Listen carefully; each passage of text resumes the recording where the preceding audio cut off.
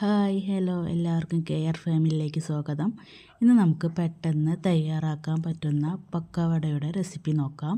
ആദ്യമായി ചെറുതായി എരിഞ്ഞ സബോള, അതിലേക്ക് ഇഞ്ചി, പച്ചമുളക്, കറിവേപ്പില, മല്ലിയില, മൈദ, 1 കപ്പ്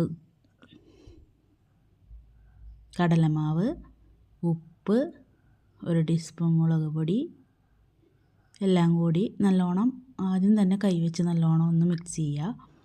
അതിലേക്ക് നമുക്ക് കുറേശ്ശെയായിട്ട് വെള്ളം ഒഴിച്ചിട്ട് മിക്സ് ചെയ്യുക.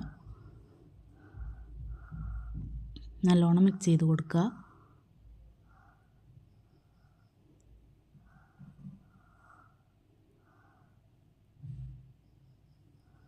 പിന്നെ കുറച്ച് ബേക്കിംഗ് സോഡയും കൂടി ആഡ് ചെയ്യുക.